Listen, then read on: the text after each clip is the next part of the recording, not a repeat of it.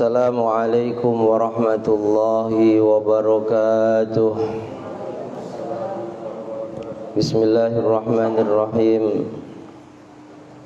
Binniyati liridha ila wa li khusuli syafaati Rasulillah sallallahu alaihi wa alihi wasallam wa li qadha'i hawaijina wa hawaijikum min hawaijid dunya wal akhirah wa li huduhi qulubina wa qulubikum wa li huduhi qulubi jami'i auladina dzurriyyatina wa azwajina wa banatina wa talamidina wa tilmidatina wa jama'atina futuhal arifin futuhal ulama'il amilin wassalihin wa alama nawawi salafun as-salihun wa ila hadratin nabil mustafa sayyidina maulana muhammadin sallallahu alaihi wasallam wa ala alihi wa ashabihi ajma'in ila hadrati sultanil arifin sayyidina Syekh Abdul Qadir al-Jilani radhiyallahu anhu sayyidina Syekh Hasan Ali Asy-Syadzili radhiyallahu anhu ila hadrati jami'i masyayikhina masyayikhina al-ahya'i minhum wal amwat khassah ila hadrati Bagi Ali Zuhdi, bagi Abdul Hamid, bagi Nur Ihsan, bagi Abdul Karim, bagi Marzuki Dahlan, bagi Mahrus Salim, bagi Johari, bagi Soleh, bagi Muhammad Ma'sum Johari, bagi Ahmad Idris Marzuki, bagi Imam Yahya Mahrus, bagi Abdul Aziz Mansur, bagi Maimun Zubair, bagi Ahmad Habibullah Zaini, bagi Muhammad Mahmud Bastil Birli wa jami' masyayikh Ma'had Lirboyoh ila hadrati Ramaki Muhammad Arwani Amin, Ramaki Syarani Ahmadi, Ramaki Ahmad Bashir, Ramaki Abdul Wassalam, Ramaki Sahal Mahmud, ibunya Isma Syekh Ahmad Mutamakin Kajen, jami'i masyayikhina fi muassasah Matali Uluda wal Arwaniyah wa ila hadrati Ramaki Jazuli Usman, Ramaki Munif Jazuli, Ramaki Hamim Jazuli, Ramaki Zainuddin Jazuli wa jami' masyayikh Ma'had al-Fala Ploso wa ila hadrati Bayi Mahdum Ciwaringin Syekh Fadl Ali Demak ila hadrati jami' mu'allifil kutubil lati ta'allamnaha wa 'allamnaha khususan Sayyidi Syekh Abdullah Muhammad bin Abdullah bin Malik al-Andalusi wa Sayyidi Syekh Abdullah Muhammad bin Muhammad Sunhaji wa Sayyidi Syekh Abdullah Muhammad bin Qasim Asy-Syafi'i wa Sayyidi Syekh Ahmad bin Husain bin Ahmad al-Aswihani wa Sayyidi Syekh Ahmad Zainuddin bin Abdul Aziz al-Malibari al-Fannani wa Sayyidina al-Imam Muhammad bin Idris Syafi'i wa Sayyidi Syekh Zakaria Yahya bin Syaraf bin Nawawi Sayyidi Syekh Nasr bin Muhammad bin Ibrahim As-Samarqandi Sayyidi Syekh Muhammad bin Abdul Wahhab Asy-Syarani Habib Abdullah bin Alawi al-Haddad khususan ila hadrati Sayyidi Syekh Tajuddin bin Atha'il al-Sakandari wa Syekhi Sayyidi Syekh Abdul Abbas al-Mursi ila hadrati Syekh Murabbi Ruhi wa Mursyidi Al-Habib Muhammad Lutfi bin Ali bin Hasim bin Al-Habib Muhammad Lutfi bin Ali bin Hasim bin Yahya Ba'alawi rahimahumullah ajarakumullah. Al-Fatihah. A'udzu billahi minasy syaithanir rajim. Bismillahirrahmanirrahim. Alhamdulillahi rabbil alamin. Ar-Rahmanir Rahim. Maliki yaumiddin. إياك نعبد وإياك نستعين اهدنا الصراط المستقيم صراط الذين أنعمت عليهم غير المغضوب عليهم ولا الضالين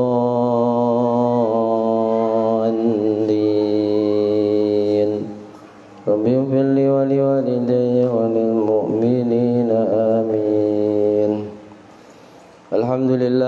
Alhamdulillahilladzi hadana li hadza wa ma kunna linahtadiya laula an hadana Allah wa na'udzu billahi min shururi anfusina wa min sayyiati a'malina may yahdihillahu fahuwal muhtad wa may yudlilhu falan tajida lahu waliyyan mursyida.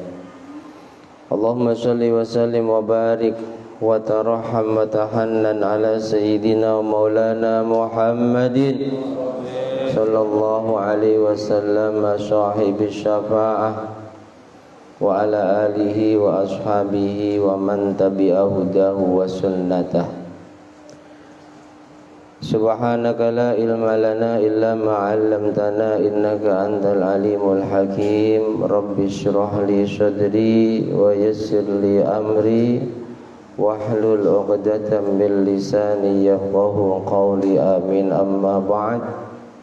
Allahumma shalli ala sayyidina Muhammadin abdika wa rasulika nabiyil ummi wa ala alihi wa sahbihi wa barik wa sallim taslima bi qadri azamatika fi kulli waqti wa hin.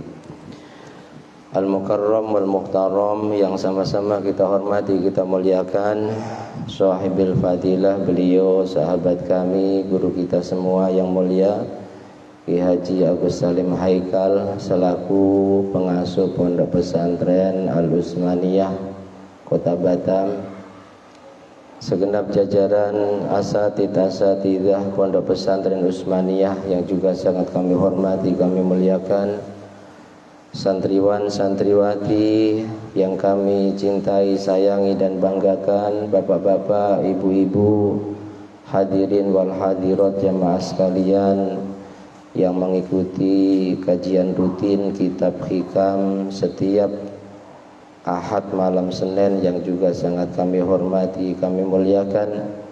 Mudah-mudahan kita semua senantiasa dilimpahi ridha, rahmat dan ampunannya Allah Subhanahu wa taala, diselamatkan, dimuliakan dan dibahagiakan dunia sampai akhirat kita. Amin amin Allahumma amin. Alhamdulillah wa syukru ala ni'amillah. Mari tiada pernah bosan senantiasa kita panjatkan kehadirat Allah Subhanahu wa taala yang sungguh hanya dengan limpahan rahmat, nikmat, taufik, hidayah serta inayahnya lah kembali malam hari ini kita bisa menjaga keistiqomahan kita mengkaji sebuah karya dari beliau Al-Imam Asy-Syaikh Tajuddin bin Athaillah Sakandari, yakni mengkaji kitab Al-Hikam.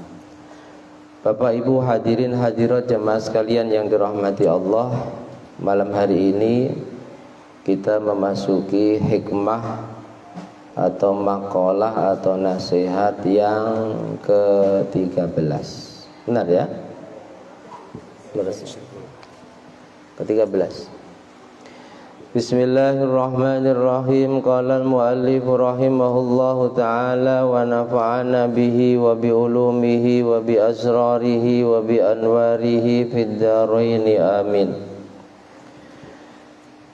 Kaifa yusyriqu qalbun, kaifa halikaya apa yusyriqu mencorong, yusriku bersinar terang, apa qalbun ati, suwarul akwani hale utawi piro-piro rupane akwan barang kang wujud, ay al maknunat makunat tegese mukawwanat piro-piro barang kang wujud minal adamiyin sangking golongane menungso anak putune Adam wa ghairihim lan liyane adamiyin. Suwarul akwan iku muntabi'atun dadi ngecap fi mir'atihi ing dalem kacane qalb. Ae ati kang den serupakake kaca, bi'tiqadihi kelawan keyakinane qalb utawa ati annaha ing temen setuhune mukawwanat iku tadzurru bisa bahayani wa tanfa'ulan bisa manfaati apa mukawwanat wa tattali'uhu lan ningali apa qalb laha marang mukawwanat fi husuli amri ma ing dalem hasile perkara fi husuli amri ma ing dalem hasile urusane perkara minal umuri saking pira-pira perkara wa ta'alluquhu lan ta'alluqe gumantunge qalbu biha kelawan mukawwanat. Beliau Asy-Syaikh Tajuddin bin Athaillah Sakandari memberikan sebuah nasihat, kaifa yusyriqu qalbun. Bagaimana mungkin hati itu bisa bersinar terang dengan hidayahnya Allah? Suwarul akwani muntabi'atun fi mir'atihi. Sementara gambar-gambar perkara yang wujud di alam semesta ini, manusia dan yang lainnya, ini telah menempel, telah menjadi setempel fi mir'atihi, di dalam cermin hati kita. Bagaimana mungkin hati kita akan bersinar terang sementara segala sesuatu yang wujud itu menempel bagaikan setempel di hati kita yang diibaratkan cermin? Tak mungkin. Pasti hati yang padanya tersetempel berbagai macam perkara yang wujud di alam semesta ini, entah itu manusia maupun yang lainnya, ini tak mungkin akan bisa bersih dan bersinar serta terang benderang. Tak mungkin. Karena ketika hati ini terlalu banyak dipenuhi oleh perkara-perkara yang kita lihat di alam semesta ini, apalagi sampai mempunyai keyakinan selain Allah itu bisa mendatangkan bahaya, selain Allah itu bisa mendatangkan manfaat, selain Allah itu bisa menghasilkan perkara-perkara yang bermanfaat maupun membawa bahaya kepada diri kita, jangan berharap. Tak mungkin.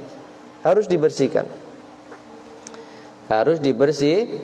Jadi makalah ke-12 ini penjelasan beliau terkait dengan makalah sebelumnya, bahwa di antara upaya yang paling manjur seseorang itu bisa membersihkan hatinya ketika mereka mau uzlah dan banyak tafakur.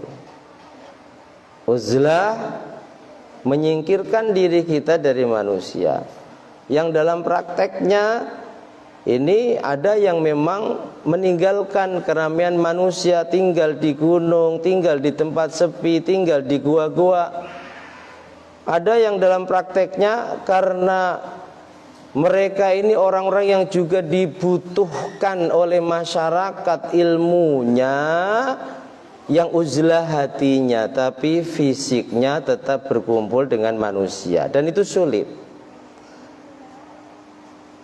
Para salik itu perjalanan menempuh menuju Allah itu pasti ketika bicara uzlah diawali dari uzlah dengan fisik. Kalau sudah mapan, uzlahnya hanya hati, zahirnya tetap kumpul dengan manusia. Bahkan Syekh Sya'rani sangat mengkritik ketika ada ulama yang ilmunya dibutuhkan masyarakat, dia mengedepankan egonya, ingin fokus dengan Allah tapi tidak memikirkan masyarakat di sekitarnya. Dikritik habis-habisan. Tak boleh. Harus tetap di masyarakat tapi hatinya uzlah. Hatinya menyepikan diri dari apa yang berada di sekitarnya. Makanya ketika para salik itu sudah lumayan mapan, ada yang uzlahnya buat kamar pribadi. Ketika sedang uzlah nggak bisa diganggu. Beberapa waktu yang lalu kita sowan ke Syed Syef, ya, Syed Syef Alwi. Beliau punya ruangan khusus untuk uzlah. Dan kalau sedang uzlah 40 hari nggak boleh diganggu di dalam kamar itu. Apa yang dilakukan? Ya sebagaimana yang dilakukan oleh para ulama, bahkan Rasulullah ketika bertahanus, beruzlah adalah memfokuskan diri kepada Allah dengan menghilangkan gambaran-gambaran yang ada di alam semesta ini, yang kalau tanpa lewat uzlah itu sangat sulit. Kalau uzlah sudah berhasil, akhirnya banyak tafakur. Nah, tafakur yang benar-benar memikirkan kebesaran Allah setiap melihat makhluk ciptaannya Allah yang ada di alam semesta, inilah tafakur yang kata Nabi lebih baik dibanding ibadah berapa puluh tahun kemarin? 70 tahun. Jadi uzlah dan tafakur yang benar itu sebagai wasilah bersihnya hati dari mahsusat memikirkan selain Allah. Bersihnya hati dari benda-benda yang ada di sekitar kita, yang diingat hanya Allah. Nah, beliau katakan lewat makalah yang ke-12 ini adalah bagaimana mungkin hati ini akan bersinar terang. Hati ini isinya hanya Allah, sementara suwarul akwan, gambar-gambar perkara yang wujud di sekitarnya itu menempel, ibarat setempel itu menempel, melekat di hatinya, yang diibaratkan cermin. Bagaimana mungkin cermin itu akan bisa bersih sementara di situ banyak stempel-stempel yang mengotorinya. Stempel mobil, stempel yang laki-laki wanita cantik, yang perempuan laki-laki tampan, stempel uang banyak, stempel jabatan, stempel segala sesuatu yang wujud di alam semesta. Bagaimana mungkin akan bersinar? Itu harus dihilang, apalagi ketika ada sebuah keyakinan selain Allah itu ada yang bisa membawa bahaya dan membawa manfaat. Tak akan bisa yusyriku qalbun, tak akan bisa bersinar hati yang seperti itu. Am kaifa rohala, am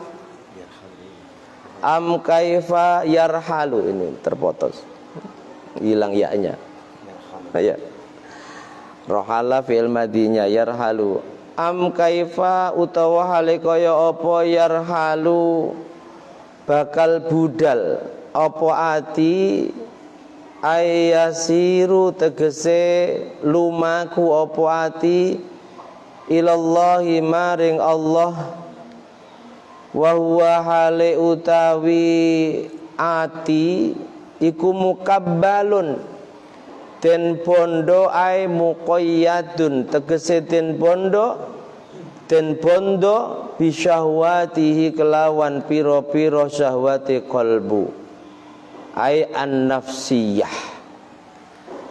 Wal muqayyadu utawi perkara kang den bondo iku la yumkinuhu ora mungkin ing al muqayyad apa as-sairu lumaku. Atau kata beliau, bagaimana mungkin hati ini bisa menuju Allah sementara hati diikat. Diikat dengan apa? Dengan keinginan-keinginan syahwat kita, dengan keinginan-keinginan nafsu kita. Gak mungkin. Sebab apa? Sesuatu yang terikat, sesuatu yang terbelenggu itu tidak akan mungkin bisa berjalan, apalagi sampai berlari. Hati pun demikian. Hati tidak akan mungkin bisa berjalan menuju Allah sehingga jumpa dengan Allah kalau hati itu terikat dengan keinginan-keinginan syahwat kita, keinginan-keinginan nafsu kita, dan kita turuti. Kalau kita ingin ibarat orang bebas, mau berjalan menuju Allah, sampai ikatan itu harus dilepas. Cara melepasnya jangan diikuti, harus diperangi. Dan itu jauh lebih berat dibanding perang melawan musuh kita dengan pedang. Jihadun nafsi, memerangi keinginan nafsu. Nafsu ingin banyak tidur, nafsu ingin banyak kumpul istri, nafsu ingin punya ini, nafsu ingin punya itu. Itu harus diperangi, jangan dituruti. Tundukkan nafsu itu. Tundukkan dan arahkan sehingga nafsu itu akhirnya ikut kita, yang tadinya mengajak kepada kita melakukan hal yang dilarang oleh Allah menjadi melakukan hal yang diridhoinya. Paham? Jadi hati yang selalu mengikuti keinginan nafsu itu diibaratkan oleh beliau Asy-Syaikh As-Sakandari seperti orang yang terikat. Sementara kita ini sedang belajar jalannya para wali berjalan menuju Allah sehingga bisa jumpa dengan Allah. Nah, hati kalau terikat ibarat orang yang terikat, terbelenggu, terantai. Kira-kira bisa jalan nggak? Nggak bisa. Sehingga ikatan itu harus dilepas. Cara melepasnya bagaimana? Tundukkan keinginan nafsu kita. Ketika mengajak melakukan keburukan, jangan dituruti. Paksa melakukan kebaikan. Dan itu perlu proses. Makanya Syekh Ihsan Jampas dalam kitab Sirajut Thalibin, syarah kitab Minhajul Abidin, itu ketika menjelaskan nafsu, nafsu itu ada beberapa tingkatan. Yang pertama nafsu ammarah, ini nafsu asli yang Allah jelaskan dalam Al-Quran juz 13 awal, wa ma ubarri'u nafsi innan nafsa la ammaratum bisu. Nafsu itu karakter aslinya mengajak kepada keburukan. Ketika kita mampu menundukkan nafsu yang mengajak kepada keburukan, prosesnya menjadi nafsu lawamah. Keburukan nggak dilayani, cuma jadi orang yang tukang maidu. Tahu tukang maidu? Tukang mencela. Kasih makan sama istri kurang enak sikit dicela. Ada orang yang mungkin dalam pandangannya punya kekurangan dicela. Nafsul lawamah. La uksimu bin nafsil lawamah. Kalau sudah mampu menunjukkan nafsu yang mengajak kita suka mencela, prosesnya ini akan menjadi nafsu malhamah. Nafsu malhamah itu kalau dapat hidayah dari Allah luar biasa, menguasai diri kita dan mengajak kepada kebaikan. Fa'alhamaha fujuroha wa taqwa. Kalau kita mampu menundukkan, kita akan lewati nafsu malhamah itu menjadi nafsu yang mutmainnah, tenang, selalu tenang. Nanti naik lagi radiyah, mardiyah, dan seterusnya. Jadi karakter asli nafsu itu la ammaratum bisu, yang disebut oleh para ulama tasawuf nafsu ammarah. Kalau mampu kita tundukkan nafsu lawamah, kita mampu menghindarkan keburukan, tapi belum mampu untuk menjaga lisan atau hati mencela orang yang mungkin dalam pandangan kita punya kekurangan, sesuatu yang mungkin dalam pandangan kita punya kekurangan. Nah, saat kita mampu mengendalikan nafsu lawamah, ini akan naik nafsu kita, tundukkan menjadi nafsu malhamah. Nah, itu Kalau fa'alhamaha, Allah kasih ilham, fujuroha wa taqwaha, kadang dikasih ilham dia melakukan fujur, keburukan. Tapi terkadang dikasih ilham wa taqwaha. Kalau itu mampu ditundukkan ke nafsu mutmainnah, kemudian ke nafsu radiyah mardiyah, dan seterusnya. Mari kita berusaha untuk mengurai atau melepaskan hati kita dari ikatan-ikatan tersebut, sehingga apa? Sehingga hati kita benar-benar bisa berjalan menuju Allah. Jadi nggak mungkin. Kaifa yarhalu, bagaimana mungkin hati itu bisa berjalan ilallahi, kepada Allah, wa huwa mukabbalun, sementara hati itu terikat, terbelenggu, terantai bisyahwatihi, dengan syahwat-syahwat yang diikutinya. Enggak mungkin, harus dilepaskan. Ikatan itu harus dilepaskan. Am kaifa, utawa hale kaya apa, yatma'u ngarep-arep apa ati, ayyadkhula ing yen to manjing apa ati, aidzalikal qalbu, tegese mengkono-mengkono ati kang tinutur, manjing hadratallahi ing ngarsane Allah,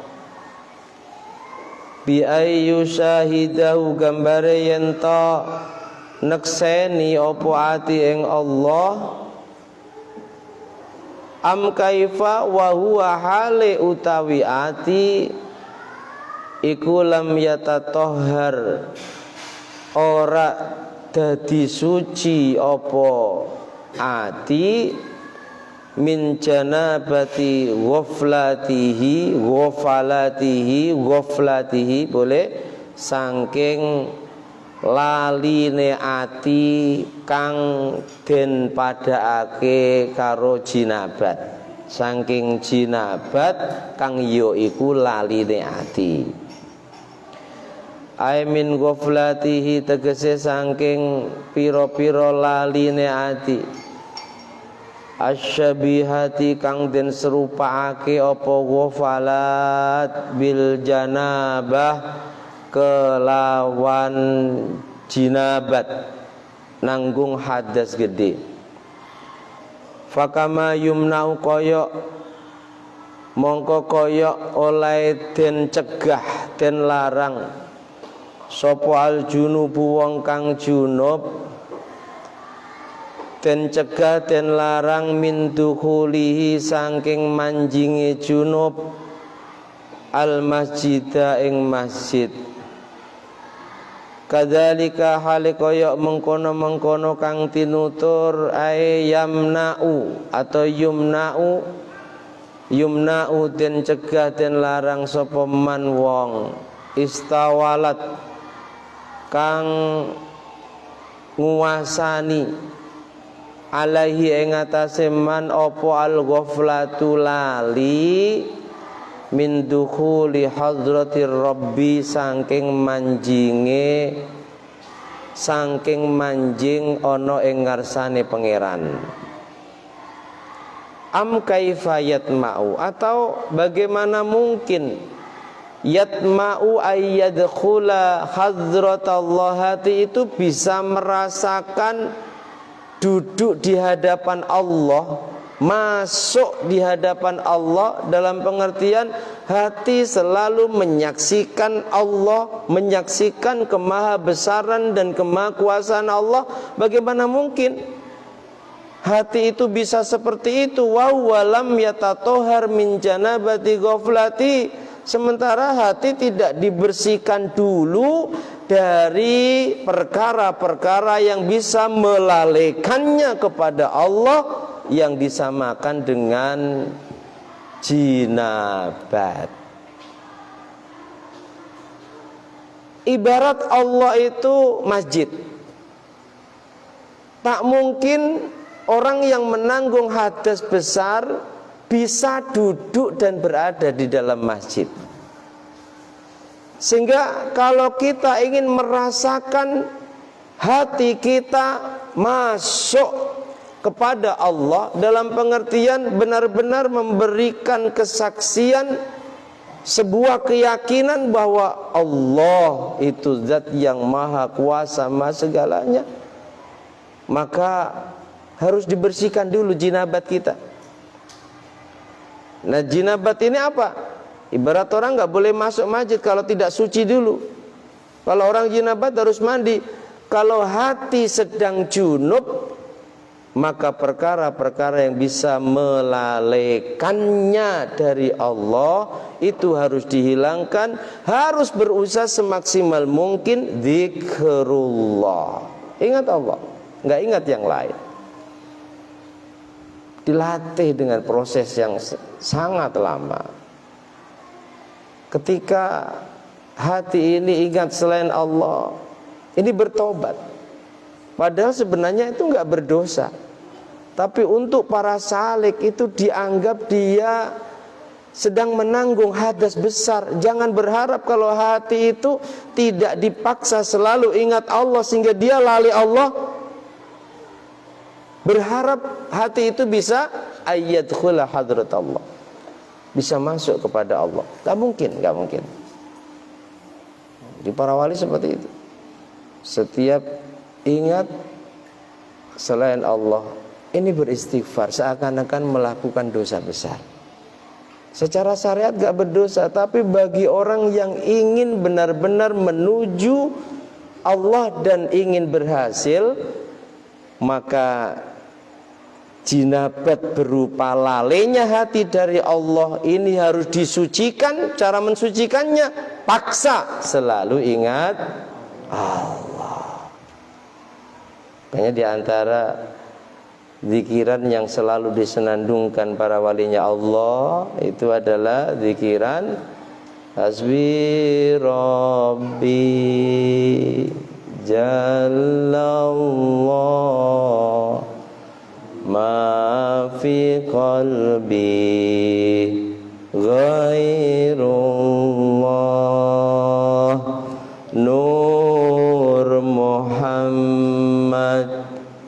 sallallahu la ilaha illallah. Itu zikirannya para wali. Menjadi sebuah qasidah yang enak disenandungkan. Cuma terkadang disenandungkan saja nggak tahu artinya, ini repot. Ya sudah lumayan daripada menyenandungkan lagu-lagu cengeng, ya. Zikir itu sama dengan doa. Kalau kita zikir, kita doa, hati kita tidak ikut zikir dan berdoa, percuma. Meskipun doa dan zikir sendiri itu sudah ibadah. Mengapa percuma? Tak akan diterima. Siapa yang mengatakan? Rasulullah. Beda dengan baca Quran. Meskipun disunahkan mentadabburi arti yang terkandung dalam ayat-ayat Al-Quran, andaikan kita tidak tahu artinya, berpahala. Tapi kalau zikir dan doa itu hati harus nyambung. Innallaha la yasma'u du'an qalbin ghafil, kata Rasul. Sungguh Allah itu jangankan mengijabah, menerima, mendengarkan saja. Orang yang berdoa dan berzikir tapi qalbin ghafil, hatinya lalai. Hasbi Rabbi, yang diingat hutangnya, yang diingat orang-orang yang membencinya, yang hasud padanya. Nah, ini Hasbi Rabbi, yang mencukupiku Tuhanku. Itu tanamkan. Meskipun lewat orang lain, itu sebagai wasilah sampainya rizki yang akhirnya cukup kebutuhan kita, tapi harus ditanamkan dalam hati kita Hasbi Rabbi, yang mencukupiku Tuhanku, bukan yang lain. Tapi kamu dapat gaji tiap bulan dari bosmu, wah itu wasilah saja. Nggak boleh lalu keyakinan kita sampai di bos, ini musyrik ini. Yang mencukupi kebutuhan bulanan siapa? Oh, PT saya. Sebab setiap tanggal 5 gajian. Sampai di situ saja musyrik. Itu tadi. Bagaimana mungkin hati akan bersinar terang kalau hati ini masih dipenuhi gambaran-gambaran perkara-perkara yang ada di alam semesta ini, diantaranya tadi PT-nya, bosnya, sehingga seakan-akan bosnya itu membawa manfaat baginya. Dan itu menjadi keyakinan, bukan kok hanya sebagai wasilah datangnya rizki kepada kita. Hasbi Rabbi. Baru tahu artinya mungkin ya. Jallallah, Maha Agung Allah itu. Ma fi qalbi, ini yang selalu diulang-ulang oleh para walinya Allah, agar hati ini tidak ada isinya kecuali Allah. Ma fi qalbi, tidak ada dalam hatiku illallah, kecuali Allah. Itu artinya, Bu ya, yang biasa baca qasidah dan sholawat tersebut, sebenarnya itu zikirannya para wali agar tertanam dalam hatinya bahwa satu, tidak ada yang mencukupi kebutuhannya kecuali Allah. Yang kedua, hatinya isinya ini hanya Allah. Hasbi Rabbi Jallallah, ma bi qalbi ghairullah, nur Muhammad sallallahu la ilaha illallah. Bagaimana mungkin, kita ulangi, hati itu akan berharap bisa masuk di hadapannya Allah kalau hatinya ini tidak mandi junub dulu, kalau hatinya ini tidak dibersihkan dulu dari lalai kepada Allah, yang diibaratkan orang yang menanggung hadas besar. Gak mungkin dia boleh masuk ke masjid kalau dia junub, harus bersuci dulu. Begitu juga hati. Gak mungkin hati itu akan bisa masuk dan berjumpa dengan Allah kalau tidak mandi junub dulu. Orang yang hatinya ada isinya selain Allah dianggap orang yang punya hadas besar. Harus mandi junub. Caranya bagaimana? Hilangkan selain Allah. Dan itu lewat proses. Lewat proses untuk mengisi hati kita hanya Allah.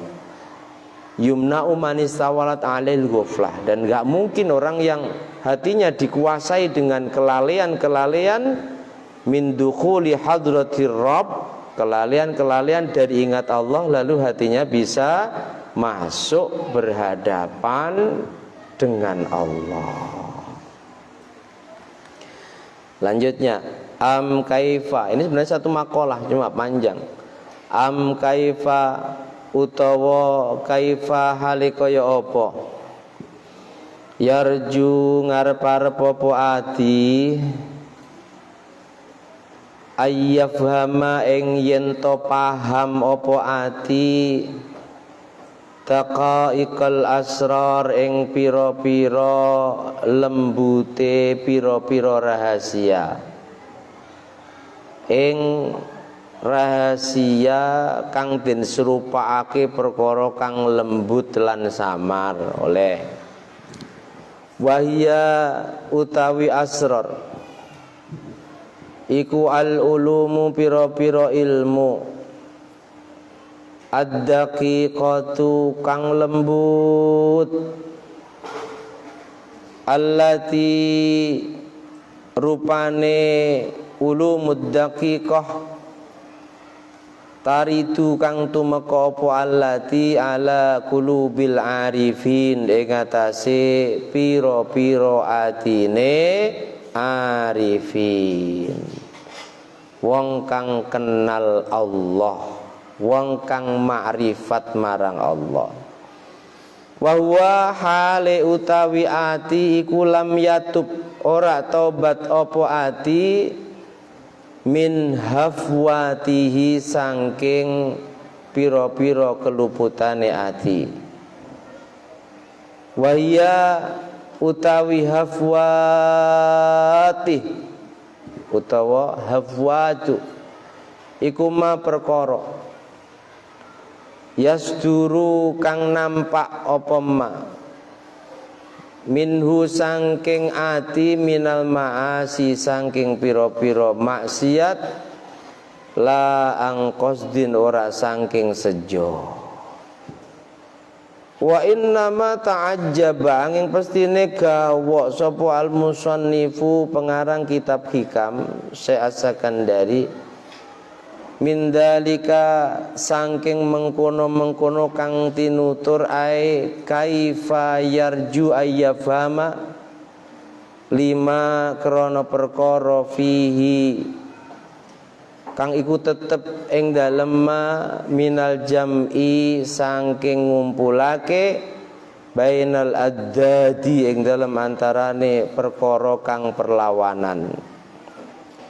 Wa huwa utawi al jam'u iku muhalun muhal. Am kaifa yarju atau bagaimana mungkin hati itu berharap ayyafhama daqaiqal asrar memahami rahasia-rahasia yang sangat lembut dan samar. Rahasia-rahasia itu apa?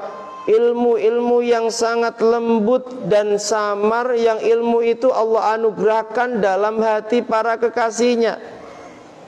Makanya ilmu itu ya ada ilmu umum, ilmu tata cara sholat, ada ilmu-ilmu khusus, ilmu yang sangat lembut yang itu hanya Allah anugerahkan kepada para kekasihnya. Bagaimana mungkin hati kita akan memiliki ilmu itu atau paham ilmu itu? Wa huwa lam yatub min hafwati, sementara hati enggak pernah bertobat dari kesalahan-kesalahannya. Gak mungkin orang yang hatinya penuh maksiat dia akan mendapatkan ilmu-ilmu rahasia yang Allah anugerahkan kepada para kekasihnya. Gak mungkin. Gak mungkin hati yang suka hasud, ada kawannya rizkinya lebih banyak dari dia, hasud. Dari hasud akhirnya curiga, jangan-jangan ngambil tuyul semisal. Dari curiga akhirnya ghibah. Gak mungkin hati yang sombong, gak mungkin hati yang dipenuhi dengan sifat riya, sifat bakhil, sifat ujub, sifat sum'ah. Gak mungkin hati yang seperti itu akan bisa memahami ilmu-ilmu rahasia yang Allah anugerahkan kepada para arifin. Gak mungkin. Harus ditobati dulu. Bagaimana cara bertobatnya? Bersihkan. Makanya ketika kita bicara maksiat itu, maksiat bukan hanya zahir saja. Ada maksiat batin yang dilakukan oleh hati kita. Begitu juga ibadah. Ibadah bukan hanya zahir saja, ada ibadah batin yang itu lebih berat. Dan ketika kita mampu melakukan ibadah batin itu pun pahalanya jauh lebih besar dibanding ibadah zahir. Salat ibadah zahir, zakat ibadah zahir, puasa, haji, umrah ibadah zahir. Yang ibadah-ibadah zahir itu ada peluang untuk kita pamerkan kepada selain Allah. Salat bisa kita pamerkan, apalagi haji umrah, ngundang orang sekampung agar semua tahu bahwa kita haji dan umrah, bisa kita pamerkan. Itu ibadah zahir. Kalau ibadah batin gak bisa, yang tahu hanya kita dengan Allah. Makanya ulama sepakat lebih utama mana ibadah zahir dan batin? Batin, sebab lebih berat. Pahalanya lebih besar mana? Batin. Ikhlas, ikhlas hati. Meskipun lisan kita aku ikhlas kok. Yang tahu kita ikhlas atau tidak hanya Allah. Ridho, sabar, tawakal, itu ibadah-ibadah batin yang solid. Begitu juga sekali lagi kemaksiatan. Nah, beliau Syekh Sakandari itu mengatakan gak mungkin kalau hati yang dipenuhi dengan kemaksiatan ini bisa mendapatkan ilmu rahasia yang Allah anugerahkan kepada para kekasihnya. Nah, ilmu rahasianya seperti apa? Ya, yang hatinya sudah bersih. Kalau kita ini kan masih suka hasud, masih suka riya, masih suka bakhil, dan seterusnya. Ya, kita nggak akan bisa merasakan itu. Para salik, orang-orang yang menempuh jalan menuju Allah, itu diriadoi luar biasa, hatinya dibersihkan. Sebab baik dan buruknya manusia tergantung bagaimana kondisi hati. Inna fil jasadi mudghah, kata Rasul, hadis sahih. Sungguh dalam hati, dalam tubuh manusia ada segumpal daging. Idza sholaha sholahal jasadu kullu. Segumpal daging ini kok baik, maka tubuh seluruhnya baik. Tapi wa idza fasada fasadal jasadu kullu. Kalau segumpal daging itu rusak, buruk, maka semua jasad pun menjadi ala, ingat kata Rasulullah, wahia al-qalbu, segumpal daging itu adalah hati. Harus ditobati hati dari maksiat, ya. Syekh Sakandari itu bingung, heran kalau ada orang hatinya kotor tapi ingin mendapatkan ilmu rahasia. Itu heran. Sebab apa? Diibaratkan oleh Syekh Sakandari seperti orang yang ingin mengumpulkan dua perkara yang berlawanan, dan itu nggak mungkin. Wa huwa muhal. Ingin mengumpulkan gelap dan terang, nggak mungkin. Ingin mengumpulkan siang dan malam, nggak mungkin. Tidak bisa dikumpulkan. Begitu juga hati yang selalu bermaksiat kepada Allah, kok ingin dapat ilmunya para wali, ilmu rahasia, sehingga mengetahui sesuatu yang supranatural. Bahasanya sekarang nggak mungkin. Harus dibersihkan. Upaya syariat untuk membersihkan hati, belajar disiplin ilmu yang namanya ilmu tasawuf. Atau bahasa keren ulama sekarang, ilmu tazkiyatun nufus, sama itu. Intinya mereka itu kan yang penting jangan sama. Intinya ya sama. Mereka membid'ahkan belajar tasawuf, tapi mereka menyarankan belajar ilmu tazkiyatun nufus. Itu sebenarnya sama. Malu kalau sama-sama disebut ilmu tasawuf, sebab pendahulu-pendahulunya sudah terlanjur menyesatkan ilmu tasawuf dan pelaku tasawuf. Paham? Jadi kalau baca ada kajian oleh mereka ini sudah paham ya. Kajian tazkiyatun nufus itu sebenarnya tasawuf. Cuma karena ulama-ulama mereka sudah terlanjur menyesatkan ilmu tasawuf dan pelaku-pelaku tasawuf, dia nggak mungkin menggunakan istilah yang sama. Sebab apa? Sudah terlanjur dia sesatkan, sehingga dia ganti tazkiyatun nufus, pensucian hati, pembersihan hati, dan itu ya tasawuf. Itu ya. Jadi ini makalah yang ke-12. Untuk yang terakhir ini penjelasannya dari para ulama sangat panjang tentang keheranan Syekh Sakandari kalau ada orang ingin dapat ilmunya para arifin, sementara hatinya selalu bermaksiat, dikotori dengan maksiat, dikotori hati ya, bukan dohir, hatinya dikotori dengan Sifat-sifat yang tercela ini bagaikan orang yang ingin mengumpulkan dua perkara yang berlawanan, mengumpulkan baik dan buruk. Gak mungkin mengumpulkan siang dan malam, mengumpulkan makanan yang enak dan gak enak, mengumpulkan apalagi gelap dan terang. Gak mungkin. Mohal itu, mohal. Bagaimana penjelasannya? Kita lanjutkan pada pertemuan berikutnya, insya Allah. Mudah-mudahan istiqomah, mudah-mudahan istiqomah. Amin, amin, Allahumma amin. Allahu a'lam bishawab. Al-Fatihah.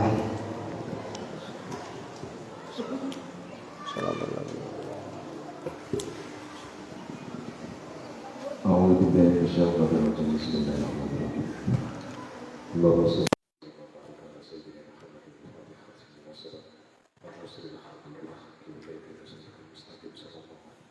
ya rabbana lakal hamdu kama yanbaghi li jalali wajhika wa li sultani. Allahumma shalli ala sayyidina Muhammad wa ala sayyidina Muhammad wa ala sayyidina فتوخا العارفين بهمتك وارشد علينا وقد وجدتنا مناسك يا ذا الجلال والاكرام. اللهم لا تسمع لنا كما غفرت فردد الى حاجاتنا اليه ولا تبصر يا رب العالمين. اللهم انا نحمد بنور المشرق القوي واخرجنا من ظلمات المغرب والرحمن نور قلبنا كما قصدت ويسر لنا على امر كلها شر حياتنا وتضرب معتقدنا ولايتنا وتوحيدنا وجماعتنا وطلابنا بمحمد وخير الشعب. يا الله نشكو إليك كشف قلوبنا وكشف قلوبنا وكل أعمالنا وخاصة أعمالنا ووجود وخلقك فإنك المستجاب بك نستغفرك ونستغفرك يا الله نسألك الشفاعة ونسألك بالأسماء الفضيلة والمقام والمخلوق والخوف والمغرب والشفاعة والعظمى يا رب المشهور يا الله أنزل الرحمة والمنفعة والبركة والأمان والشفاء والعافية والشفاء والعافية والشفاء والعافية والسلام والبر والاستطاعة يا الله استقامة إلى يوم القيامة استقامة إلى يوم القيامة يا الله استقامة إلى يوم القيامة يا الله إجابة يا الله إجابة يا الله إجابة يا رب إجابة يا الله إجابة ربنا ظلمنا أنفسنا وإن لم تغفر لنا وترحمنا لنكونن من الخاسرين ربنا لا من أزواجنا وذرياتنا قرة أعين واجعلنا للمتقين إماما ربنا آتنا في الدنيا حسنة وفي الآخرة حسنة وقنا عذاب النار سبحان ربك رب العزة عما يصفون وسلام والحمد لله رب العالمين. الفاتحة.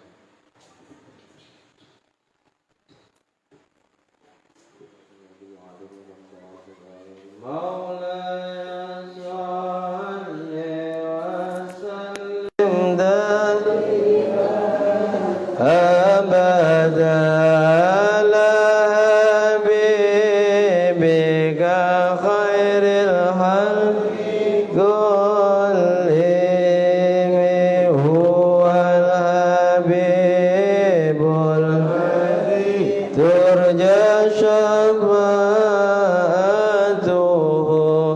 لكل هول من الأول مقتحم مولاي صل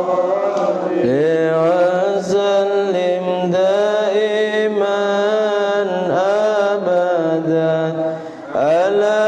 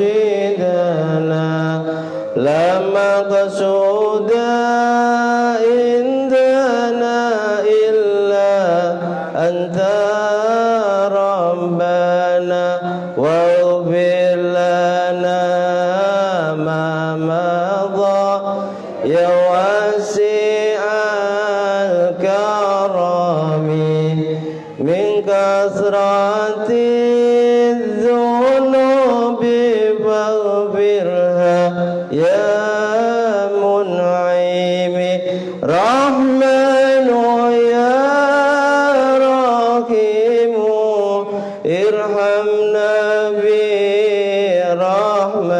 برحمتك يا منعم أنعمنا الدارين بنعمتك حسبنا الله نعم الوكيل نعم المولى ونعم الناصر سلمنا من ضلالة مولاي صل دائما أبدا على حبيبك خير كلهم صلى الله ربنا على النور المبين أحمد المصطفى سيد المرسلين وعلى آله وصحبه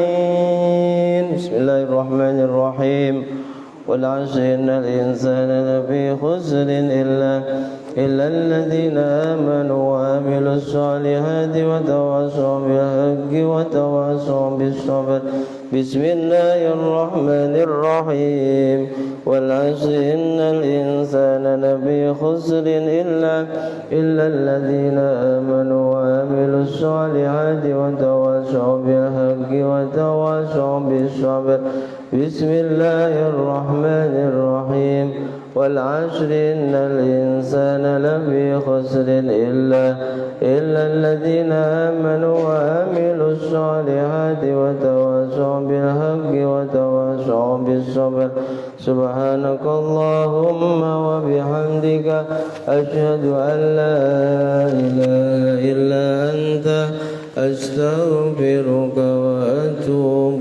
إليك. Ada kurang dan lebihnya mohon maaf. Akhirul kalam.